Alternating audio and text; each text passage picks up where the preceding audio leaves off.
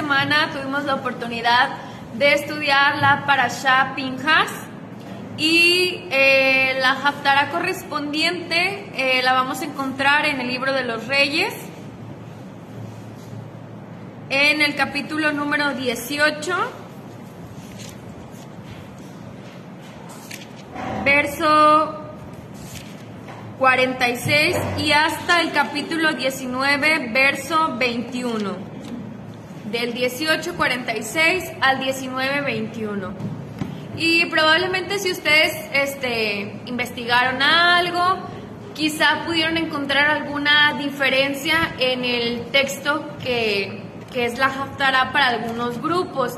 Y esto es porque en el judaísmo estas 3 semanas, a partir de esta semana, ellos tienen como una especie de luto. Estábamos tratando de acordarnos el nombre, si alguien por ahí lo sabe, donde estudian la profecía del profeta Jeremías. Esto como una tradición judía antes de llegar por el mes, ¿verdad? Es por el mes del calendario. Pero nosotros pues vamos a estudiar la que es tradicional, bueno, la que siempre se ha estudiado antes de incorporar esta pues tradición judaica, y esa es la que se encuentra en Reyes. Entonces, solamente por si encuentran alguna diferencia en algún material que ustedes vean, pues es por esa razón. Ahorita el pastor nos dice a ver si encuentra el nombre de estas semanas. Encuentro el nombre, dice: las 3 semanas entre el 17 de Tammuz y Tisha B'Av han sido históricamente días de desgracia y calamidad para el pueblo judío, entre otras tragedias. Durante este tiempo fueron destruidos tanto el primero como el segundo templo. Estos días son aludidos como el periodo entre las estrechuras o entre los días de angustia. Ben Hametzarim, así se llama.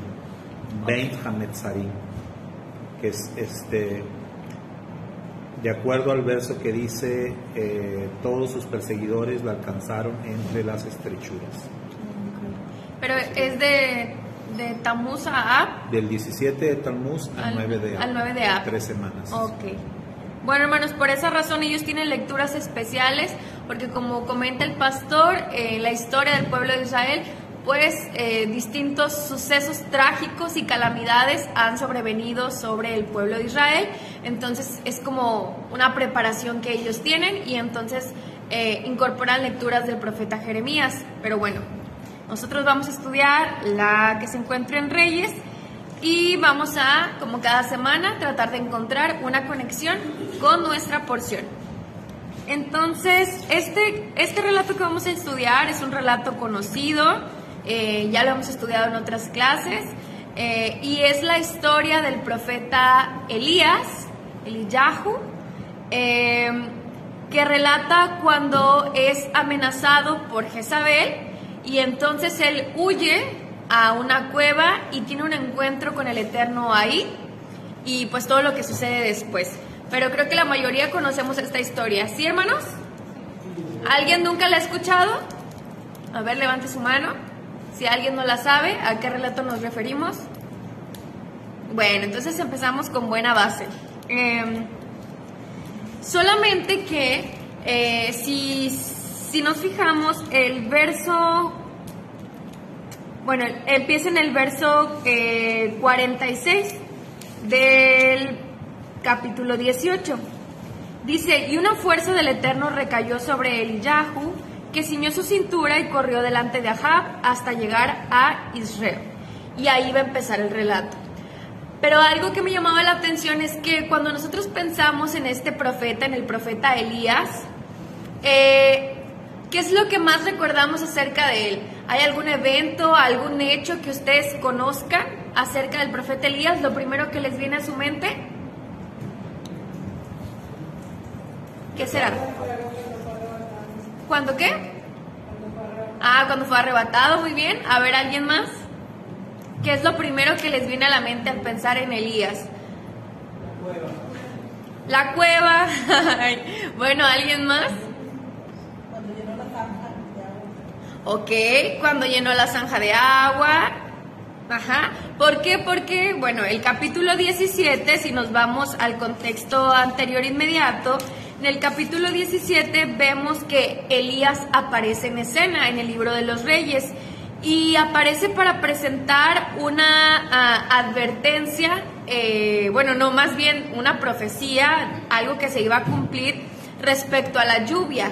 Él proclamó una sequía, ¿recuerdan? Y si no, pues pueden regresar ahí al capítulo 17, versículo 1, dice, dijo Eliyahu, vive el eterno Dios de Israel, que estuve parado para servir delante de él, que no habrá en estos años ni rocío ni lluvia, sino según mi palabra. Entonces aparece este profeta para dar un juicio de que no iba a haber lluvia. ¿Y cuántos años estuvieron, hermanos, sin lluvia? ¿Alguien recuerda? ¿Por cuánto tiempo hubo sequía? No, 7 años no. 3 años. 3 años, muy bien. 3 años sin lluvias por esta profecía que vino a través de Elías. Entonces, cuando finalmente la lluvia viene es en un evento que es donde decían que él cavó una zanja y pidió que trajeran todo el agua, porque se iba a enfrentar ante quién, hermanos. ¿Recuerdan? ¿Ante quién? Los sacerdotes de Baal. ¿Y cuántos eran? 400. 850. 850, muy bien. 400 de Baal y otros de Acera. Ajá. Y en ese tiempo, ¿quiénes eran los reyes? Acab y Jezabel, que parecía que mandaba más Jezabel que Acab. Pero bueno, ella era, pues como ya sabemos, hemos dicho, una mujer muy malvada, y Acab también pues fue un rey malo. Entonces, eso es lo que tenemos en el capítulo número 18, donde sucede toda esta confrontación. Son asesinados finalmente en manos de Elías estos profetas. El Eterno contesta y entonces envía lluvia. Esto es lo que tenemos acerca de Elías. Bueno, yo les preguntaba, ¿qué es lo que más recuerdan acerca de él? Qué bueno por los que recuerdan este hecho, donde el Eterno mostró su poder. Los que se acuerdan de la cueva, pues se me hace que son más de acordarse de cosas negativas. No debería de ser, porque el profeta Elías, pues, realizó muchos hechos portentosos. Entonces, esto es lo más importante, donde el Eterno manifestó su poder. Y algo... Su etapa de depresión. Sí, sí. Y bueno, aquí ya encontramos una similitud con la porción Pinjas, porque ¿qué es lo que más sabemos? Bueno, lo que sabemos acerca de Pinjas, o qué es el hecho que recordamos acerca de él. El celo que lo consumió y atravesó a Zimri y con la lanza. Pero esto no aparece en la porción que estudiamos esta semana y que lleva su nombre. Aparece en la parashá anterior, que se llama, ¿cómo, hermanos? Si estudiaron, hicieron la tarea. Aparece en la porción anterior. Entonces, pues aquí ya encontramos una similitud, porque pues lo que más se recuerda o lo más asombroso que hicieron estos personajes no se encuentra dentro de la porción. Y ya en esta porción de Pinjas es donde encontramos pues el resultado, que sabemos que él obtuvo un pacto de paz y que el Eterno pues le dio esta distinción y todo lo que él obtuvo gracias a lo que él hizo. Ahí en Números 25, versos del 11 al 13, encontramos que lo que Pinjas hizo, lo hizo, como ustedes dijeron, movido por el celo que lo consumió. Y esa es otra similitud que vamos a encontrar en esta porción. Voy a leerles el versículo, solamente por si alguien no lo recuerda. Números 25, del 11 al 13.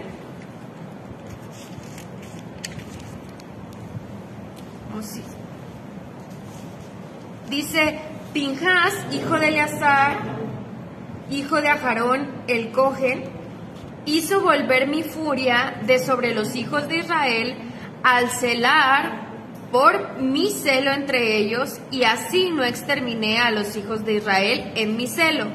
Por eso dile que he aquí yo le otorgo mi pacto de paz, que será para él y para su descendencia detrás de él, un pacto de quejuná perpetua, por cuanto él tuvo celo por Dios e hizo expiación por los hijos de Israel.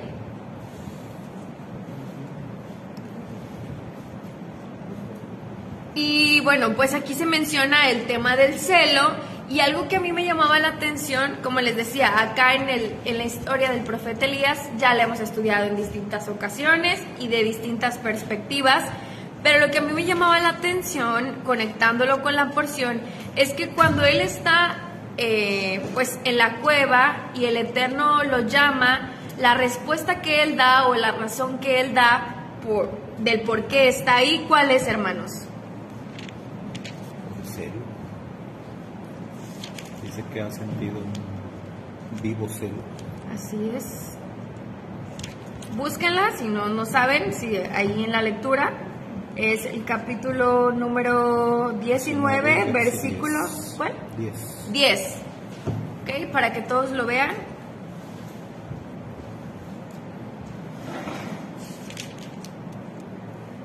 En el 9 es donde dice, el Señor le habla a Elías.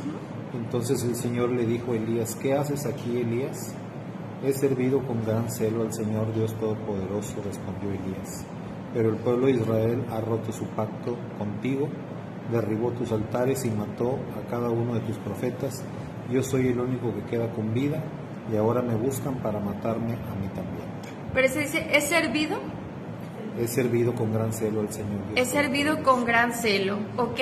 ¿Alguna otra versión, hermanos? La respuesta de Elías. Dice, me ha movido un celo por Yahweh y Elohim de los ejércitos. Ok, me ha movido un celo por Yahweh. Ajá. He sentido un vivo celo por Yahweh. He sentido un vivo celo, muy bien. La mía dice, he celado por el Eterno. ¿Alguien más?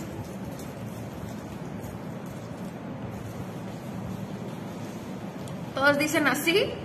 Bueno, pues ahí aparece entonces que la razón que él da para trasladarse hasta ese lugar, y llame la atención, hermanos, que, bueno, aquí al inicio del pasaje dice que él estaba en el monte Carmelo, y desde ese monte se movió a Jezreel, y ahí en Jezreel es donde viene la amenaza, cuando Acab va con su esposa y le dice, pues, lo que había ocurrido. Entonces ahí en Jezreel es que Jezabel jura por sí misma que iba a asesinar a Elías. Y entonces desde Jezreel a Berseba, él se mueve a Berseba, y yo veía que del Monte Carmelo a Jezreel son como unos 50 kilómetros, y de Jezreel a Berseba son como otros 50 kilómetros, pero finalmente él huye ¿hasta dónde, hermanos? Hasta el monte Sinaí, hasta el monte Horeb.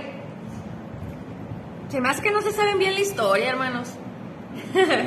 Ahí dice el verso número 8, dice, se levantó, comió, bebió y anduvo con la fuerza de esa comida 40 días y 40 noches, hasta el monte del Eterno, el cual es Horeb. Y yo veía que durante esos 40 días dicen que él tuvo que haber caminado como 350 kilómetros. Imagínense. 300 a 350 kilómetros. Entonces dicen que él recorrió como unas 800 millas o 500 kilómetros en total en eso que estaba haciendo de huir. Y también otro dato que me pareció interesante es que cuando él llega, en el verso número 9 dice que llegó ¿a dónde, hermanos? Ya estando en el monte Horeb, ¿llegó a dónde? Verso 9. ¿A dónde? Pero no dice una cueva. ¿Cómo dice? ¿Sí dice una cueva? Bueno, en el hebreo no. A ver, otras versiones. Una cueva. Ok, está mal traducido. En el hebreo dice llegó a la cueva. A la cueva, no a una cueva. Y pues esto también es interesante porque pues habla como que él llegó a un lugar específico. O sea, no es lo mismo decir llegó a una casa a que llegó a la casa. Si se entiende la diferencia, ¿no? Aprendimos en hebreo que cuando es algo como general se usa una o uno, pero cuando está hablando de algo específico se usa ya un artículo como la o el. Entonces, pues ¿alguien tiene alguna idea de qué cueva se puede referir? La cueva donde él llegó. A ver, los que conocen de geografía, ¿qué estaría ahí en ese monte, Sinaí, en el monte Oreb? ¿Qué piensan?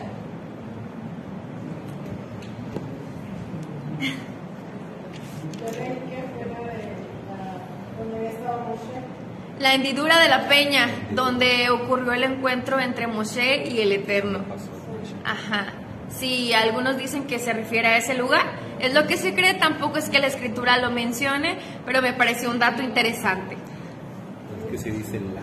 Dice la cueva, o sea, como un lugar específico y especial. Y todavía lo que llama la atención es que el Eterno le habla desde ahí, y yo veía que decía que, pues como que el Eterno no lo había invitado a ese lugar. Entonces él dice como, ¿por qué estás tú aquí, en este lugar donde, pues como que solamente vienen a los que yo invito o llamo, porque es algo especial? Bueno, va hasta ese lugar, ya dijimos de cuánto fue su viaje, dónde es que él estaba. ¿Algún otro dato, hermanos, interesante? ¿Algo que hayan investigado hasta aquí? ¿Hasta el lugar a donde él llegó o a algo de su viaje? También yo veía que decían como que pues fue un viaje milagroso en cuanto a las distancias, el tiempo en el que lo recorrió. Se habla mucho de que el Eterno pues ayudaba a sus siervos como pudiendo recorrer distancias así pues, de maratón, ¿no? En menor tiempo o incluso a veces en mayor tiempo. O sea, a veces también como que el Eterno alargaba los viajes, como lo hizo con Israel en el desierto. No siempre era que los apresurara.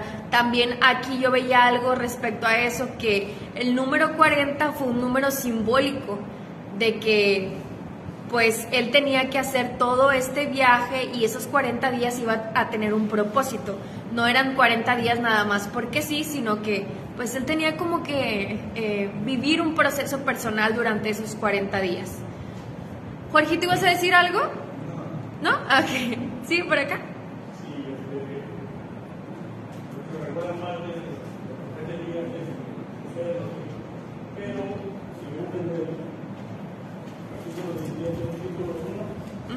Ahí dice está en la presencia de Dios. Mucha gente dice que conocer a Dios es bueno, saber de Dios es bueno, entender a Dios es bueno, pero ¿qué tiene que ver la presencia de Dios? O sea, al final es la palabra del rollo, o sea, el que me ve. Entonces, si queremos realmente el que me ve, entonces vamos a tener más cerdo de Dios. Quería dar un nivel de Dios porque todo lo que hizo, lo pidió ayuda al Señor. Todo lo que movió, porque luego fue porque está de acuerdo con Dios. Dice que no habrá lluvia ni río en estos años que tiene esta persona. Sí. Dice que hasta que quiera. Ajá. Sí, sí, sí, claro, o sea, hay mucho acerca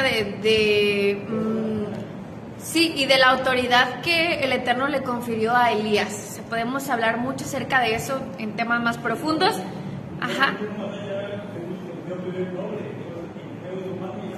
Ah, bueno, sí. Ahorita vamos a llegar hasta allá. Bueno, hasta aquí, hermanos, entonces ya dijimos, él emprendió un viaje, mencionamos algunos datos, pero dijimos que nos íbamos a concentrar en la respuesta que Elías da del por qué estaba ahí. Y dijimos fue por el celo. El celo pues es la conexión entre nuestra parashá y este capítulo, porque a Pinhas lo movió el celo y a Elías también. Entonces vamos a profundizar precisamente en este concepto. ¿Qué entendemos por celo? ¿Qué es lo que realmente significa? ¿Cómo nosotros podemos pues ser celosos? ¿Está bien? ¿Está mal? Entonces, ¿qué entendemos por celo, hermanos? ¿O pueden darme algunas de sus propias definiciones o alguna definición que encuentren por ahí? ¿Quién quiere participar? Celo. ¿Es usted celoso? Hay varias definiciones, ¿sí? La bíblica, la escala de Dios, Ajá. la de nombre. En este caso yo creo que ocupamos requerir el celo de nombre. Ok. Porque no es el mismo celo que es, porque yo lo dije. Ok. Entonces creo que ahí cuando se refiere al celo, están hablando de celo. Ok, muy bien. Vamos a guardar ese comentario. A ver, ¿alguien más? También, por ejemplo, cuando dice el Señor, salvo soy el único profeta que era el profeta. La respuesta de Dios fue, no, algo así de misma. Ajá. La palabra de Dios también guarda sus mandamientos. Ok. Es como justicia es hacer un monumento al Señor, al guardar sus mandamientos, se trató con viento y madera, todo lo que se comprende. Ok. Pero vamos a una definición así, más simple, sin meternos todavía en el tema del celo de Dios como ustedes lo están aplicando. Así, celo tal cual como aparece traducido así al español, celo, ¿qué entienden que es? Cuando dice que Pinhas fue movido por el celo, o que Elías dice que pues fue movido por el celo también, ¿a qué se refiere? ¿Es una sensación, una actitud, un sentimiento, una creencia? Una actitud Una emoción. de valor, de integridad, por defender la santidad de Dios. Ok, entonces la hermana ya agregó valor por defender, dice la hermana, algo. Porque bueno, esto puede ser aplicado a cualquier cosa. Celo por alguien o de alguien. Entonces, dice la hermana, es una emoción a la que eres movido, una actitud de valentía, de defender algo, ¿ok? Vamos avanzando. ¿Quién más? Yo digo que es aquello que defendemos, que consideramos de nosotros mismos. Ok. Podemos compartirlo o no van a hacer un caso. En este caso es no compartir aquello de lo que tú estás seguro que es tuyo. Ok. Pero si tengo algo, alguna propiedad, Ajá. no defiendo la propiedad, es mía y nadie más. Bueno, la hermana dijo defender algo y el hermano agrega defender algo que consideras tuyo, propio, ¿ok? ¿Alguien más? ¿Definición propia o definición del diccionario? Y bueno, y el hermano Lugo nos dijo que como que tiene una connotación negativa y una positiva, dependiendo del significado. ¿Alguien más? Ajá. Bueno, a mí me sorprendió encontrar que tanto la palabra que se traduce como celo, que es del hebreo al español o del griego al español, yo también pensaba lo mismo que dijo el hermano Lugo. Dije, seguramente me voy a encontrar dos palabras distintas y que una aparece cuando está hablando de algo positivo y una aparece cuando está hablando de algo negativo. Porque ahorita si yo les preguntara, ¿ustedes son celosos? O en una plática normal, ustedes lo entienden como algo negativo, ¿no? Lo aplican, no sé, a lo mejor a una relación de pareja o amigos o no sé. Lo relacionan con sentimientos como cuáles, decía el hermano, egoísmo, envidia. Tiene una connotación negativa el pensar en el celo, en los celos, en ser celoso. Y les decía, resulta que tanto en el hebreo como en el griego la palabra es la misma. No hay una palabra para cuando es positivo y una palabra para cuando es negativo. Simplemente se va a entender si es positivo o negativo dependiendo del contexto. Es lo que encontré. Entonces aquí sí no hay dos términos. El término es el mismo y se los voy a decir. En hebreo el término es kiná. quina. ¿Ok?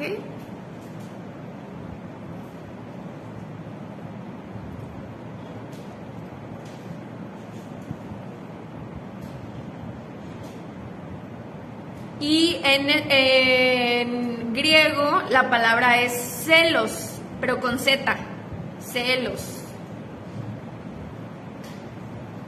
Y dice que están, o sea, las dos ahí sí tienen los mismos significados. Ahí sí no hay como que mucha variación, como a veces decimos, no, pues se eligió una palabra incorrecta. Ahí sí las dos son bien parecidas en significado.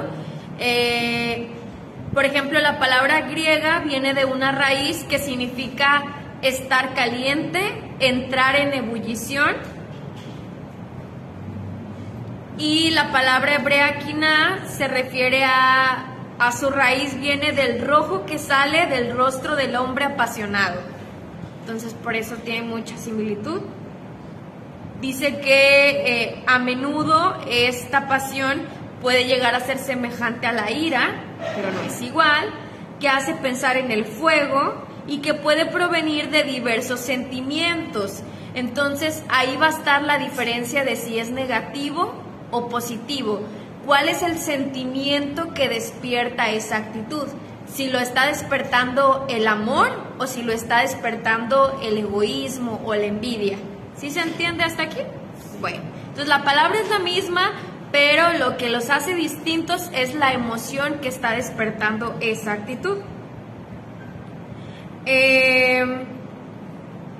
Dice el diccionario de Strong que se puede usar indistintamente, traducida al español, como celo, envidia, o sea, también lo vamos a encontrar traducido como envidia. Dice tener el calor de los sentimientos a favor o en contra, ser celoso o celosa. Dice que en griego es un término onomatopéyico. ¿Sí saben lo que es eso? ¿Una onomatopeya? ¿Sí? ¿Qué es? A ver. Ajá, ¿cómo se escribiría el sonido de algo, no? Como cuando vemos así en los cómics, pum, o cosas así, ¿no? Poco. Ajá, bueno, dice que en griego es el término onomatopéyico que imita el sonido del agua que burbujea a causa del calor. ¿Conocen ese sonido? Cuando está el agua burbujeando así, bueno. Y por eso es un posible derivado de hervir, ¿ok? Una emoción ardiente, hervir a causa del calor, persona muy ferviente, al rojo vivo, todos esos significados. Entonces, pues ya dijimos significados desde la raíz, significados positivos cuando se traduce como fervor o celo, y significados negativos cuando se traduce como envidia o egoísmo. ¿Ok? Entonces, bueno, aquí ya fuimos al significado y vemos que en las escrituras, pues, hay otras personas, además de Pinhas y de Elías, que tuvieron o que hablan de un celo que los consume, pero un celo por cosas propias del Eterno. El mismo Eterno dice que Él es un Dios celoso. El Cana aparece en hebreo, el Cana, un Dios celoso. ¿Y qué cosas son las que el Eterno dice que Él es celoso? ¿En qué circunstancias? ¿O refiriéndose a qué, hermanos? Cuando dice, yo soy un Dios celoso, ¿y qué son las cosas que Él cela? Su gloria. Su gloria, ¿qué más? Su palabra, su pueblo. Cuando dice, no anden con ídolos porque yo soy un Dios celoso, se refiere a que Él cela a su pueblo, siente ese deseo ferviente de que tiene que defender lo que le pertenece, que en este caso pues es su pueblo. Él defiende su honor, su gloria, su nombre, sus planes, su santidad, así es. Esto aplicado al Eterno mismo. Y les decía, otros personajes también es, por ejemplo, el salmista cuando dice, el celo de tu casa me consume. Entonces, esa emoción, ese fervor de defender la casa de Dios. Y estas palabras fueron aplicadas ¿a quién, hermanos? En el Brit Hadashah. A Yeshua, ¿recuerdan? ¿Y en qué ocasión? Ajá, cuando purificó el templo, los discípulos ahí recordaron las palabras de que el celo por tu casa me consume, aplicadas a Mashiach, porque él quiso defender pues el honor, sintió este fervor. Y les decía, pues así vamos a encontrar a lo largo de toda la escritura, pues muchas veces esta palabra y muchas veces traducida como envidia. Entonces pues me llamaba mucho la atención esto, el que sea la misma palabra y el que dependiendo la emoción que desencadene estas actitudes, pues vamos a saber si es algo positivo o algo negativo. Por ejemplo, acabamos de ver hace poquito a Korah, y él no era que quisiera defender ni el pueblo, ni el liderazgo, ni que le interesara mucho eso, sino que él estaba siendo movido por la envidia. A lo mejor él podía decir, no, es que yo sentí celo porque pues también acá nosotros somos levitas, y pues no, realmente no, él era motivado por la envidia. Y así pues hay muchos casos de personas que fueron motivados por la envidia. Entonces, esto es lo que aprendemos acerca del celo.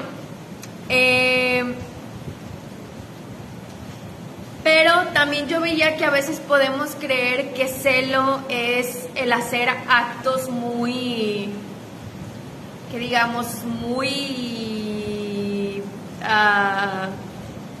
extremistas, si pudiéramos decirlo así. A lo mejor aquí todos vamos a pensar, no, pues si yo digo que tengo celo de Dios, es porque voy a... Uy. No se asusten, hermanos, y pónganme atención porque están muy distraídos con la lluvia, no pasa nada. Les decía, si ustedes piensan de que, no, pues yo quiero defender el honor de Dios, a lo mejor van a pensar que tienen que hacer actos así como, no sé, levantarse enfrente de personas y declarar algo, porque pues acabamos de mencionar ejemplos de cosas muy así extremistas, ¿no? Yeshua derribando las mesas y Pinjas atravesando a alguien con una lanza, y nosotros vamos a pensar, pues ¿cómo yo puedo mostrar que tengo celo del Eterno?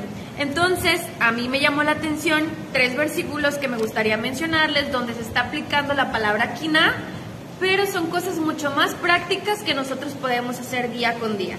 Entonces, uno de ellos, a ver si me ayudan a buscarlo, hermanos, es...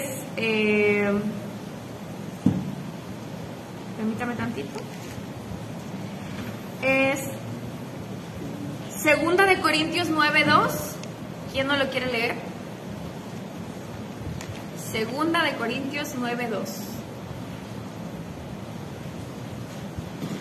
Porque ya conozco la pronta disposición por la cual me jacté de ustedes entre los de Macedonia. Acaya está preparada desde el año pasado, y el celo de ustedes ha servido de estímulo para muchos.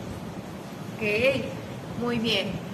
El celo de ustedes, ahí está esta palabrita quiná, pero ese celo movió a esas personas a hacer ¿qué? Si ven ahí, ellos organizaron una colecta, ¿ok? ¿Y esa colecta qué propósito tenía? Sí, ayudar a sus hermanos. Entonces, hermanos, este es un ejemplo de algo donde nosotros podemos mostrar que defendemos la causa del Eterno, podemos mostrar ese sentimiento, ese deseo de defender su honor, sus planes, con acciones como organizar una colecta, o sea, contribuir. Entonces, ¿qué les parece? Eso es algo más posible, ¿verdad? No tenemos que tener una lanza, no tenemos que hacer una zanja. Simplemente cuando colaboramos y contribuimos económicamente, porque aquí habla de aportación económica, la que a veces nos cuesta más, entonces ya estamos siendo celosos del Eterno. Bueno, también hay otras, ayúdenme a leer por favor, Tito 2:14 y Primera de Pedro 3:13.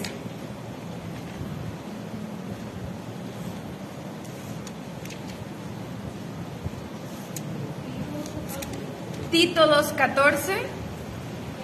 morir para rescatarnos de todo lo malo y para purificarnos de los pecados. Al hacerlo, nos convirtió en un pueblo decidido a hacer el bien. ¿En un pueblo qué? Decidido a hacer el bien. Decidido a hacer el bien, ok. ¿Alguna otra versión?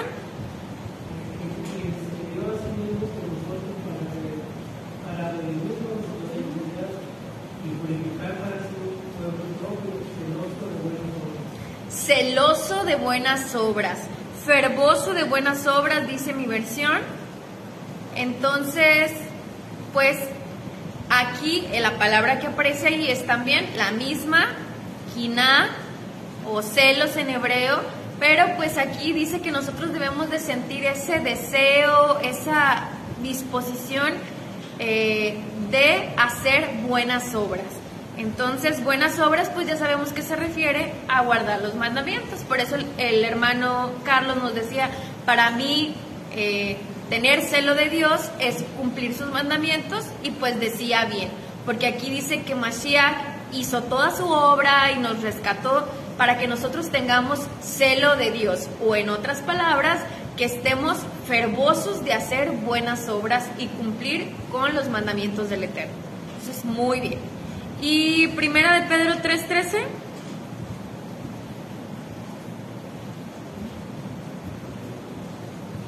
¿Quién lo tiene? ¿Quién lo quiere leer?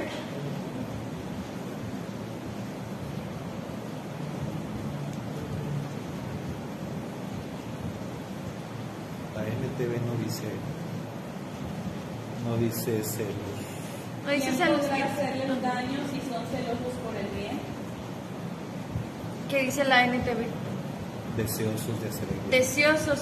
Bueno, pues también, a lo mejor porque es un deseo, pero un deseo fuerte. O sea, habla, como ya vimos, de algo de fervor. Por eso la mía traducía fervor. A lo mejor ahí dice deseo, y la de Vale decía decididos. Entonces, pues habla de algo. Y esta otra dice si se empeñan. Si se empeñan Si se empeñan siempre en hacer el bien. Ok. Celosos de hacer el bien, ¿verdad? Dijiste que celosos de hacer el bien. Esto pues es similar a lo que decíamos ahorita. Entonces, ¿cómo hacemos el bien, hermanos? Maneras de hacer el bien. A ver, díganme una. Algo que ustedes dicen, estoy haciendo el bien. Ok.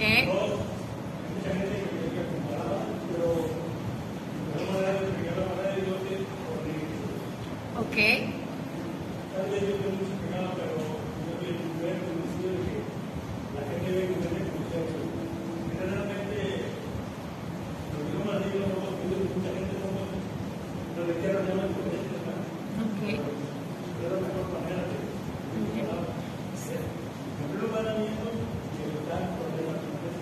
Ok. Dice el hermano, entonces hacer el bien, dice él, es cumplir los mandamientos. ¿Están de acuerdo? Ok, díganme un mandamiento. Ok, entonces hay que ser celosos de honrar a los padres, por decirlo así. O sea, lo vas a hacer con fervor, te vas a empeñar, vas a tener ese deseo, vas a estar decidido a yo voy a honrar a mis padres y lo voy a hacer bien. Es un ejemplo, ¿no? Entonces, esto es lo que aprendemos acerca del celo, hermanos, que no necesitamos hacer actos extremistas, sino que el Eterno nos dice que, pues, esto del celo debemos aplicarlo con cada uno de los mandamientos que Él nos ha dado. Así es como podemos aplicarlo y traerlo a nuestra vida diaria. Y así, de esta manera, defendemos el honor del Eterno. O sea, se cumple el propósito. Porque cuando usted cumple con un mandamiento y otras personas lo ven para testimonio, ¿qué estamos haciendo? Sino defendiendo el honor, y que ellos puedan reconocer que, pues, hacemos esas cosas no por nosotros, sino por el Dios que vive en nosotros, ¿verdad? Por el Dios al que seguimos y por el Dios al que servimos, y el honor del Eterno, pues, se fortalece, esas personas lo reconocen. Entonces se cumple el propósito de tener celo de Dios al guardar cada uno de los mandamientos así, decididos, con empeño, con muchas ganas. Un ejemplo, me acordaba de algo que puede ilustrar el celo de una forma sencilla. Cuando era niño, iba casi, que estaba con mis abuelos, mi abuelita me mandaba a la tienda y recuerdo que una vez me dijo, porque me mandó a comprar algo y regresé, no había y pues me regresé. Entonces cuando regresé ella me dijo, ¿cómo no eres como tu hermana, una de mis hermanas mayores? Me dijo, ay, ¿cómo no eres como tu hermana? O sea, ella cuando la mando a la tienda, ella no regresa hasta que no me trae lo que le pedí. Entonces si no lo encuentra en una tienda, se va a otra, hasta que lo encuentre y me lo trae. Entonces yo me acordaba de eso y digo, pues eso es celo. O sea, eso es celo porque pues tú no vas a descansar hasta cumplir con lo que tienes que hacer. En este caso, una encomienda, un mandamiento, vayan, te surjan obstáculos o lo que sea, tú como quieras lo vas a hacer, no te vas a rendir. Es lo que decía mi abuelita. Pues yo sí me rendía luego al primer obstáculo, pero tenía mucha razón porque, oye, yo ocupo esto, entonces tú ya fuiste, no hay y ya no hay, entonces ¿qué vamos a hacer? Lo necesitamos. O sea, así lo veo y así lo entiendo hoy. Nosotros tenemos necesidad de hacer la voluntad de Dios, pero va a haber dificultades. Ahí es donde se necesita el celo. Así es. Muy bien. Ese esmero, ese esfuerzo, empeñarse en hacer lo que el Padre pide de nosotros. Así mostramos el celo, que tenemos celo de Dios. Muy bien. Bueno, hasta aquí, hermanos. ¿Algún comentario, algo que quieran agregar? Espero que hayamos podido entender un poquito mejor el concepto y que pues de una manera más práctica. ¿Algo más, hermanos, que quieran comentar? ¿Sí?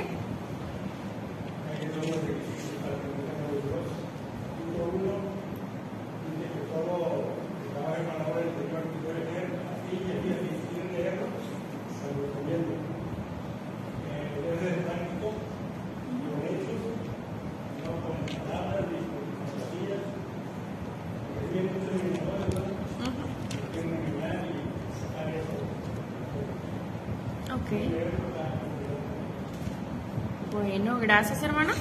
Bueno, y otra similitud que encontramos con la porción, esta la encontramos al final de, ya en los versos, y una vez que el Eterno pues tiene esta conversación con Elías, pues él se quiere morir, ¿verdad?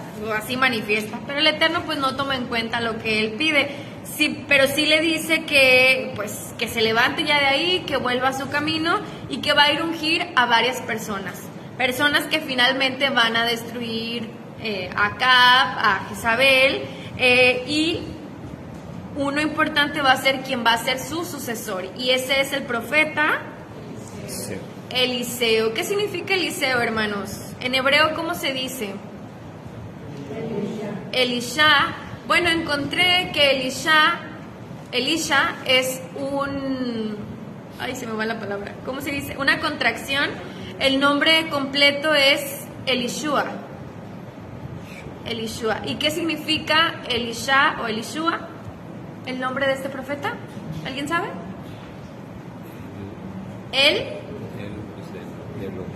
El de Dios, se traduce como Dios, y Yeshua, salvación de Dios. Es casi como el nombre de el sucesor que vimos en esta porción, que se llama Yehoshua, nada más que ahí es salvación de Yah y acá es salvación de Él, o sea, Dios, Él, pero pues está Yeshua al final, nada más cámbialo al principio, el Yah por el Él, pero los dos se podían traducir igual.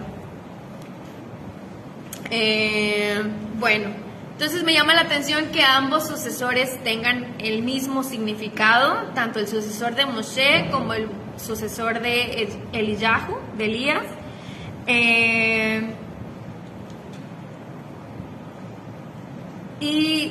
Bueno, este aparece en la parte final. Iba a ser Elisha, pues iba a ser quien lo iba a pues quien iba a cubrir esas, pues si Elías tenía esa inquietud de que pues ya quedaban pocos y que su obra no iba a continuar, pues el Eterno le reafirma que no y que pues por eso iba a ungir a Elisha. Ahí está en el verso número 19. Y ahí vemos el llamamiento de Elisha. ¿Y cómo lo llamó Elías, hermanos? Me llamó mucho la atención cómo fue el llamamiento. Está Elisha y ¿qué es lo que Elías hace? Elisha. Ahí está en el pasaje, si no se lo sabe. ¿Fue y le puso qué, hermana? Su capa, así es. Versículo 19 dice: pasó Elisyahu junto a él y extendió su manto sobre él. O sea, le aventó el manto y lo cubrió. ¿Por qué creen que esta era una forma de llamar a alguien? ¿Qué representaría este acto? Como traspasarle la responsabilidad. Ok, traspasarle su responsabilidad. Muy bien, ¿qué más? Porque dice que le arrojó el manto y siguió caminando. Sí, pues nomás le arrojó el manto y siguió caminando. Por eso está como curioso. ¿Qué simbolizaba el manto en aquellos días?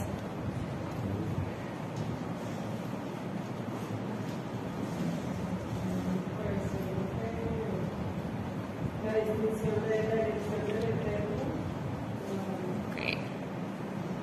Era como que tu identidad misma estaba en ese manto. ¿Manda? Ajá, entonces se lo avienta, o sea, y sigue caminando, dice, vale, como pues mostrándole que le había transferido una responsabilidad. También era, ¿el manto para qué sirve, hermanos? En términos prácticos, pues para cubrirte. Entonces le estaba como diciendo, mostrando su cobertura, que él lo iba... Sí, o sea, es como cuando, pues ahora, ¿no? Se ve a veces con los candidatos para presidentes o así, dice, no, pues tal expresidente le muestra su apoyo, su cobertura a este candidato o así, ¿no? Como que, no, pues lo guía o está con él. ¿Vi una manita así? ¿Mande? Ah, ok, hermano. Entonces, pues ahí le estaba mostrando la cobertura, que lo estaba adoptando como un estudiante. Yeshua mismo pues hizo esto de llamar a estudiantes y que los iban a ir guiando y que les iban a ir pues transmitiendo las enseñanzas a través del día a día. Porque bueno, sabemos que una vez que es llamado, Eliseo pues iba a acompañar todavía durante un tiempo a Elías en varias aventuras, digámoslo así. Y así fue el modo en que Yeshua también enseñó a sus discípulos, a través, pues lo estamos viendo, ¿no? En la clase, todo lo que ellos aprendían a través de la convivencia, de ver lo que el maestro hacía. Entonces con Eliseo iba a ser lo mismo. ¿Y qué podemos decir de Josué, hermanos?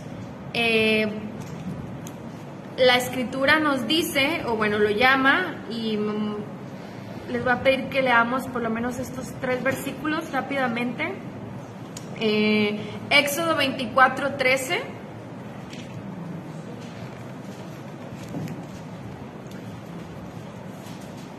Éxodo 33:11 y Números 11:28.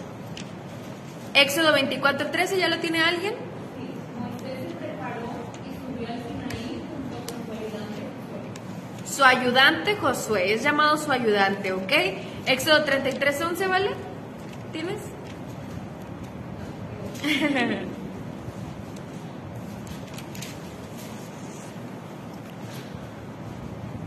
Siempre que Moisés entraba en la casa comunitaria, hablaba con Dios personalmente, como si hablara con un amigo. Después Moisés regresaba al campamento, pero Josué, que era su ayudante, nunca se alejaba de la carne. Ok, Josué, que era su ayudante, nunca se alejaba de la carne. ¿Y Números 11:28? Entonces Josué, hijo de Nun, que era ayudante de Moshe, desde su juventud protestó: Moshe, mi señor, deténlos. Ok, ayudante de Moshe desde su juventud. nunca se alejaba de Moshe, es lo que vemos ahí. Y pues todas las menciones que hay acerca de Josué antes de que él sea nombrado líder es como un ayudante, como un siervo. Y en la parte final de nuestra Haftará, el verso final dice que Elías se levantó, se fue, y Eliseo, ¿qué hizo? No dice, bueno, dice lo siguió, pero mi versión dice lo sirvió. No sé cómo digan sus versiones. El verso 21, parte final. También dice, desde ese momento Eliseo fue su ayudante. Fue su ayudante, lo mismo que vemos acerca de Josué. ¿Ok? Entonces encontramos estas similitudes entre Yehoshua y Elishua, que ambos fueron ayudantes, siervos, y llegaron a tener el doble del espíritu, bueno, en este caso de Elías, y en el caso de Josué pues vemos que Moshe le puso ambas manos también como una señal de algo doble, ¿no?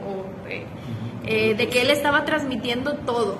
Entonces de aquí podemos aprender, hermanos, que el que quiera ser líder, primero que tiene que ser un ayudante, un siervo. Entonces el liderazgo no llega de la noche a la mañana, llega después de que uno ha servido y ha experimentado muchas cosas al lado de sus hermanos, de su maestro, y entonces pues si el Eterno así quiere darte ese llamado de líder, pues qué bueno, pero todo es a través de ser un ayudante. Y eso es lo que aprendemos y otra similitud que encontramos. ¿Alguien más, hermanos? ¿Quería decir algo? Hermano, ¿tiene un comentario pendiente? Sí, díganos. El manto, ese satanito. Ah, sí.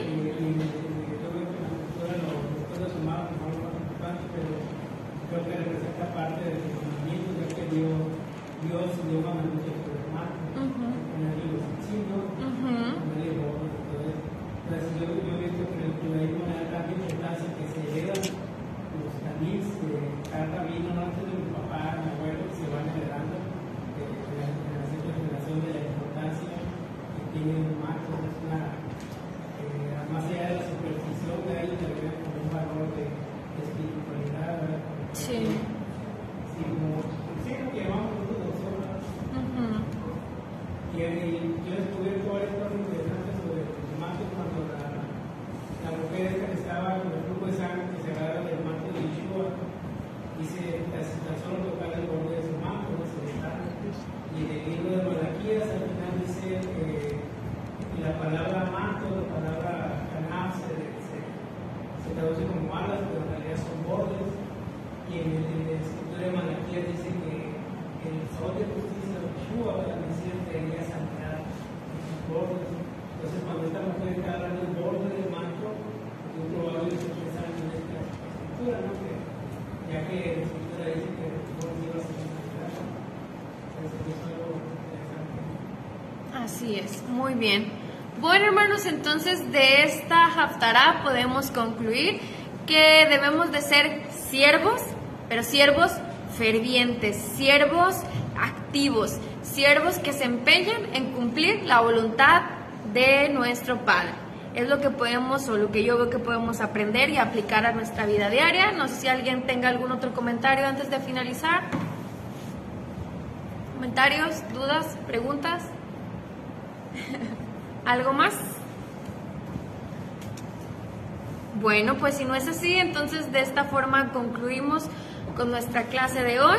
Gracias a las hermanas que estuvieron por acá participando, hermana Norma, hermana Poli, hermana Ketita, y pues son los que me aparecen aquí. Ivancito, ¿por qué no viniste, Ivancito?